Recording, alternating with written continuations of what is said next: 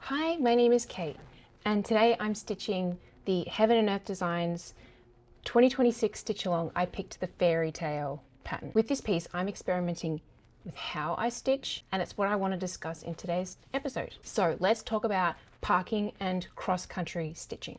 This piece I had hoped and have found would be a really good way for me to try these techniques on.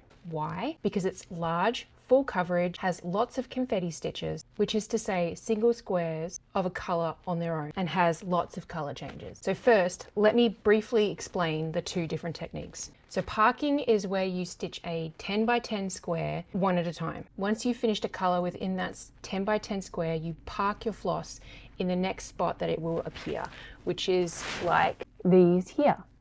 Cross-country stitching is where you stitch one color at a time across the whole piece to what you feel is comfortable, or until you run out of the strand of floss.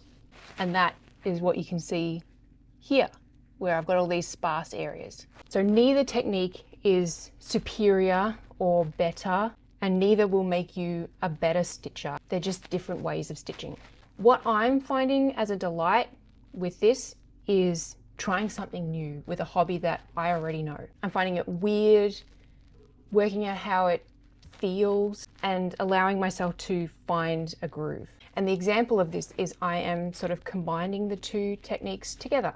And it's tricky, especially noting where I have actually stitched on the pattern. I've already moved from printed patterns, which is what I prefer to use, to Pattern Keeper, which is on my phone. And that has helped a lot. So my question to you is, have you tried either of these techniques? And if not, why? Jump in the comments and let me know. So I'm going to get back to my stitching for now. So thanks so much for watching, and I'll see you next time. Bye.